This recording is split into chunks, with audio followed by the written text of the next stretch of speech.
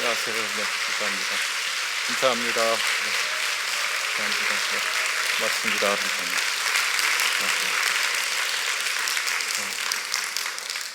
안녕하세요. 홍해걸입니다.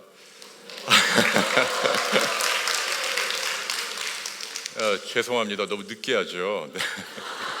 일부러 힘준 게 아니고요. 원래 이런 목소리니까 양해하시고요. 네. 저희 집사람도 워킹맘입니다. 여자 의사인데요. 제 의과대학 선배입니다. 가끔 집사람이 이 대학 동기들하고 모임을 갖곤 합니다. 그런데 나갔다 하면 서너 시간은 기본이고 집에 잘 안 들어옵니다. 도대체 여자 의사들은 무슨 얘기를 하느라고 저렇게 수다를 떠나, 제가 궁금해서 한번 물어본 적이 있어요. 그랬더니 집사람이 무슨 얘기를 한다고 했을 것 같으세요? 네? 주로 무슨 얘기 할까요? 네? 뭐 환자 얘기, 병원 얘기 할까요? 아닙니다. 남편 얘기는 절대 안 하고요. 시댁 얘기는 뭐 가끔 하는 것 같고요. 주로는 여러분들도 아마 공감하시겠지만 자녀들 이야기를 많이 한다고 합니다. 그러니까 아이들 뭐 학교 성적이나 또 누구가 잘 가르치고 어느 학원에 가야 되고 뭐 이런 얘기 많이 하고요. 그런데 제가 옛날에 아기를 키울 때, 그때는 주로 무슨 이야기를 많이 했을까요? 의외로 가사 도우미 이야기를 많이 한다고 합니다. 그러니까 직장에 와서 일을 하는데 가사 도우미가 우리 아기 기저귀를 열심히 갈아주는지, 뭐 우유를 먹이는지, 뭐 빨래나 청소를 제대로 하는지 늘 신경 쓰인다고 얘기하더군요. 그래서 가끔 이제 고약한 분을 만나면 그것 때문에 스트레스 받아서 잠도 못 자고 뭐 마음 많이 상해하고 푸념을 늘어놓고 그런다는 거죠. 그래, 오죽하면 집사람 표현대로라면 여자 의사 또는 뭐 워킹맘 여러분들은 마찬가지겠습니다만 우리들의 행복은 가사 도우미에게 달려 있다, 이런 얘기가 있을 정도로. 네. 그런데 저는 그 이야기를 듣고 느끼는 게 많았습니다. 왜냐하면 똑같이 바깥에 나가서 일하고 돈 버는데 저나 집사람이나, 저는 단 한 번도 제 가사 도우미가 집에서 뭐 어떤 일을 하는지 한 번도 신경 써본 적이 없어요. 이게 현실에서 차이고, 그게 아마 여러분들을 더욱더 힘들게 하리라고 생각을 합니다. 뭐니 해도 결국은 가사나 육아가 여러분들에게 많이 의존되고 여러분들에게 큰 짐이 되는 게 현실이고요. 그래서 여러분들 건강도 많이 해칠 수 있다라고 생각을 합니다. 그래서 오늘 저는 여러분들에게 우리 워킹맘 여러분들의 건강을 챙길 수 있는 중요한 수단 한 가지를 여러분께 좀 제시해 드리려고 합니다. 우선 간단한 실태를 좀 보셔야 될 것 같은데요. 잠이 참 문제입니다. 일본 자료긴 합니다만은 거의 70%니까요. 아기 키울 때 워킹맘들이 대부분 불면증에 시달리고 있는 거죠. 숙면을 못 취하고 있다는 게 이분들의 현실적인 고민이고요. 또 하나 문제는 뼈와 관절의 문제입니다. 늘 사무실에 앉아 있으니까. 그래서 건초염이라든지 특히 골다공증과 같은 뼈 질환은 남자보다 13배나 높다는 거 아니에요? 이런 부분들을 우리가 어떻게 해결할 수 있을까요? 제가 여러분께 한 가지 방법을 제안하려고 합니다. 굉장히 평범하지만 그러나 아주 중요하다고 확신합니다. 오늘 제가 여러분께 드리고 싶은 말씀은 햇볕입니다. 햇볕. 좀 거창하게 표현하면 선샤인 샤워라고 제가 썼는데요. 이 햇볕이 지금 제가 말씀드린 워킹맘 여러분들을 괴롭히는 많은 증세나 질병들을 일거에 해결할 수 있는 아주 좋은 수단이다라고 저는 생각을 합니다. 자, 하나하나씩 좀 짚어 갈까 합니다. 왜 잠이 안 오죠? 왜 불면증에 시달릴까요? 여러분, 우리 뇌 속에 생체 시계라는 게 있습니다. 실제로 뭐 째깍째깍 돌아가는 시계가 아니고요. 좀 어려운 전문 용어로 말씀드리면 시상교차핵이라는 아주 깊숙한 부위에 아주 조그만 단백질 덩어리죠. 뭐 여기서 24시간을 주기로 전기 신호를 방출합니다. 온, 오프, 온, 오프, 낮밤, 낮밤. 자, 옛날에 원시 시대에는요, 해가 뜨면 온, 그래서 이제 뭐 사냥도 하고 일도 열심히 하다가 해가 지면 오프, 그래서 숙면을 취하고 잠을 자고, 이게 자연스럽게 리듬을 타면서 수면이 이루어져 왔는데요. 오늘날 현대인들이 이게 다 깨졌다는 얘기죠. 에디슨이 백열 전등을 발명하면서 지금은 낮이 너무너무 밝습니다. 인공조명 투성이고 오죽하면 뭐 빛공해란 말까지 나옵니까? 특히 여성 여러분들 워킹맘 일하시면서 교대 근무도 해야 되고 야근도 해야 되고 또 집에 들어와도 스트레스로 늘 시달리고 이런 것들이 이 리듬을 몽땅 다 깨트리는 겁니다. 근데 신기한 건 이 생체 리듬을 스위치를 켜주는 역할을 하는 게 바로 햇볕입니다. 햇볕이 망막을 통해 눈에 딱 들어오면 시신경을 통해 아까 말씀드린 생체식의 단백질을 자극해서 여기에서 온, 오프 스위치가 작동을 하죠. 최초로 햇볕이 여러분 뇌 시상 아까 말씀드린 그 생체식에 딱 도달하면 대개 평균 한 15시간 지난 다음에 우리 뇌 속에서 많이 들어보셨죠? 멜라토닌이라고 하는 호르몬이 쭉 분비가 되면서 그 사람이 숙면을 취할 수 있도록 도와준다는 얘기입니다. 예컨대 여러분이 아침 8시에 햇볕에 딱 노출이 되면 15시간 후니까 밤 11시쯤 되겠죠. 그때 이렇게 스르륵 잠이 오기 시작하는데 지금은 밤 늦게 일어나고 낮에는 늦게 가고 직장에 다닌다 하더라도 늘 사무실에 갇혀 있단 말입니다. 사무실은 밝아 보이지만 조도라는 측면에서 보면 형편없이 낮습니다. 제가 오늘 여기 강연하기 전에 스마트폰 앱으로 조도를 한번 재봤는데 150 룩스밖에 안 나옵니다.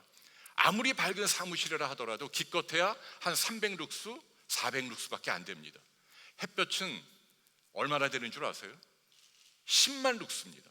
어마어마하게 밝죠. 이 룩스라고 하는 게 양초 하나를 켜고 1m 거리에서 잰 조도잖아요. 무려 양초를 10만 개를 켠 게 우리가 늘 접하는 햇볕인데 안타깝게도 많은 분들이 이 햇볕을 기피한다는 얘기입니다. 그래서 생체 리듬이 교란되는 거죠. 이해하시죠?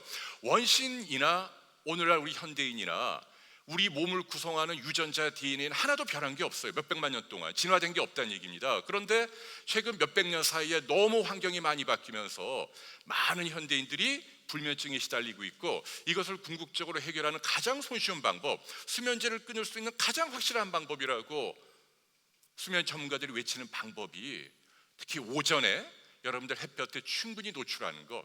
그러니까 일부러라도 점심 드실 때 좀 산책을 하세요. 야외에서 햇볕을 좀 받으셔야 합니다.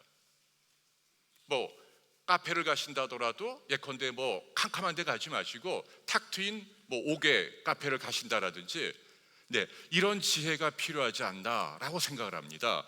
자, 햇볕이 더 중요한 이유가 있습니다. 비타민 D입니다. 여러분들 뭐 잘 알고 있는 상식이죠. 비타민 D가 피부 아래서 만들어지잖아요. 햇볕 때문에. 자, 모든 비타민 가운데 A, B, C, D 가장 의학적으로 중요한 비타민이 뭐죠? 뭐라고 생각하세요? 많은 분들이 비타민 C를 얘기하죠.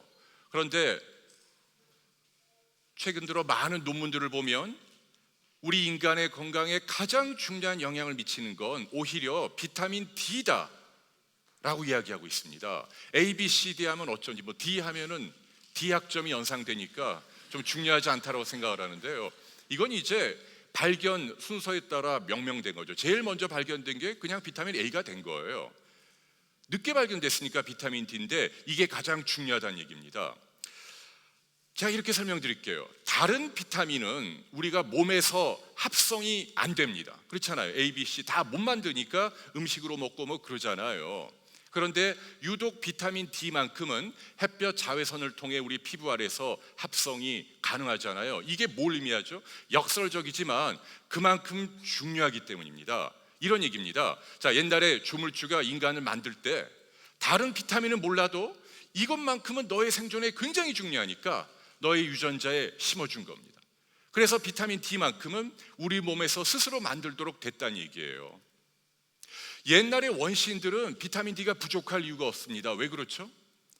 뭐 맨날 이렇게 뭐 벗고 다니니까 햇볕에 늘 쪼이니까요. 음식도 마찬가지죠. 비타민 D가 단위그램당 가장 많은 음식이 뭐죠? 뭐라고 알고 계세요? 버섯인가요? 아닙니다. 간을 비롯한 동물의 내장입니다. 이해가 되시죠? 옛날 원시인들은 햇볕을 뛰어다니고 노출이 되고 피부에서 만드는 데다가 늘 사냥을 통해서 동물의 내장을 먹고 그들 몸에서는 비타민 D가 부족할 이유가 하나도 없었다는 얘기예요. 그런데 오늘날 현대인들은 어떻죠? 몇 년 전에 전 세계 18개 나라 여성들을 대상으로 학자들이 혈액 중에 비타민 D 농도를 재봤어요. 그랬더니 보십시오. 18개 나라 가운데 유감스럽게도 한국이 꼴등을 차지했습니다. 최하위였습니다. 가장 낮은 것으로 밝혀진 거죠. 거의 전체 조사 대상자의 90%가 결핍증이거나 부족하거나 정상보다 낮다는 얘기입니다. 심지어는 차도를 둘러싸고 다니는 아랍의 여성들보다도 한국 여성들에게 더 낮다는 거예요. 충격적인 일이죠. 왜 그렇죠? 우리는 두 가지로 해석을 합니다. 첫째, 여러분들 짐작하시겠지만 햇볕을 너무 싫어해요. 왜? 피부가 망가지니까요. 그죠? 피부암도 생기고 기미, 잡티, 주름도 생기고요. 그래서 우리는 가능하면 나갈 때 햇볕에 노출이 안 되려고 애를 씁니다. 자외선 차단제를 막 듬뿍 바르고 두건 같은 걸 막 두르고 나가잖아요. 그리고 과도한 다이어트에 시달립니다. 먹는 것도 부실하다는 얘기예요. 이런 두 가지가 겹치면서 정말 한국 여성들에게 특히 비타민 D는 가장 부족한 아킬레스건으로 새롭게 부각되고 있다는 얘기입니다. 이건 절대로 가벼운 얘기가 아닙니다. 비타민 D가 어떤 역할을 하죠? 왜 중요할까요? 어떤 별명이 있죠? 면역 비타민, 다른 말로 항암 비타민이라고 표현합니다. 왜냐하면 최근 몇 년 동안 여러 가지 논문들을 보면 각종 암의 발생률이 그 사람 비타민 D 혈중 농도와 반비례한다는 얘기입니다. 비타민 D 농도가 높으면 암이 적게 생기고 낮으면 많이 생긴다는 게 수십 편의 논문을 통해서 많이 등장하고, 그래서 이제는 많은 영양 전문가들이나 의사들도 가장 중요한 게 비타민 D고 이걸 반드시 섭취를 해야겠다라고 여러분께 강조하는 거죠. 근데 비타민 D를 만든 햇볕 자외선은 UVB입니다. 유리창을 통과하지 못합니다. 그러니까 여러분이 사무실에 갇혀서 아무리 오래 있어도 피부 아래서 못 만든다는 얘기예요. 바깥으로 나가셔서 햇볕을 즐기는 게 굉장히 시급하고도 중요합니다라는 말씀을 여러분께 강조하고 싶어요. 근데 이제 제가 이런 말씀드리면 몇몇 분들은 벌써 이제 표정이 좀 심각해요. 그죠? 아무리 그래도 건강도 좋지만 때깔이 좋아야 되는데 피부 다 망가지면 무슨 소용이야, 그런 고민들이 있죠. 그래서 저는 한 가지 차선책으로 여러분께 제안하고 싶은 게 있어요. 저는 여러분께 비타민 D만큼은 만일 우리가 햇볕에 충분히 피부를 노출할 수 있고 또 비타민 D가 많은 동물의 내장이 어려우면 버섯이라든지 계란 노른자나 우유 같은 거 생선 많이 드시는 걸 권장합니다. 그게 가장 좋아요. 그런데 나의 현실상 그게 어렵다라고 한다면 저는 여러분께 강조하고 싶은 게 영양제 형태로라도 보충하십시오라는 제안을 조심스럽게 해드리고 싶어요. 사실은 알약으로 먹는 것에 대해서는 누구나 정서적인 거부감이 있습니다. 그러나 제가 볼 땐 이건 편견이라고 생각합니다. 과학기술을 선용하는 거죠. 부족한 것을 채우는 겁니다. 많이 먹어서 부작용이 생기는 거죠. 그리고 이런 비타민 D라고 하는 건 약이 아니라 식품이죠. 그래서 내가 부족한 것을 채우는 정도로 섭취하는 것에 대해서는 많은 전문가들이 건강에 많은 도움을 준다라는 데 이견이 없습니다. 보시고 계시는 식품 피라미드는 지난 2008년도 미국 하버드에서 나온 음식 피라미드죠. 미국 국민들의 건강을 위해서 어떤 음식을 하루에 얼마나 드십시오 라고 만든 일종의 가이드라인인데요. 이 왼쪽 아래 기퉁이를 보시면 조그맣게 비타민 D를 직접 언급하고 있습니다. 비타민 D만큼은 워낙 중요하니까 햇볕에 노출하지 않고 음식으로 잘 못 먹는 분들은 알약의 형태로라도 꼭 드십시오. 누구나 먹을 필요는 없습니다. 아까 말씀드렸죠. 햇볕 노출을 아니하고 비타민 D가 많은 음식을 못 먹는 분들, 좀 더 구체적으로 말씀드리면 나중에 여러분들이 병원에 가서 피를 뽑을 때 그때 의사에게 말을 하십시오. 비타민 D 농도도 함께 재주십시오. 비타민 D 때문에 일부러 피 뽑는 거 좀 억울하잖아요. 그래서 다른 검사하실 때 그걸 추가하시면 가까운 동네 의원에서도 요즘은 다 농도를 잴 수 있습니다. 외우기가 쉬워요. 10입니다. 10. 10보다 낮으면 병적인 결핍증이고 즉각적인 개입이 필요합니다. 20에서 10이면요, 양이나 또는 미에 해당되는 거죠. 결핍증, 병은 아니지만 부족증이다라고 말합니다. 실제로 많은 비타민 D 전문가들은 혈중 레벨이 최소한 30 이상, 50 이상이면 더 좋다라고 얘기합니다. 근데 저는 여러분께 어떻게 정리해드리고 싶냐면 20 이상은 좀 되어야겠다. 만일 여러분이 농도를 쟀는데 뭐 10이나 또는 뭐 5나 이렇게 나오면 그때는 햇볕 노출을 늘리시고 하루에 최소 20분 이상 노출을 하라고 하죠. 또 아까 말씀드린 대로 비타민 D 식품을 많이 드시고 그래도 혈중 농도가 개선이 되지 않으면 이런 영양제 형태로 적극적으로 보충하십시오. 비타민 D가 굉장히 중요합니다 라는 말씀을 드리고 싶어요.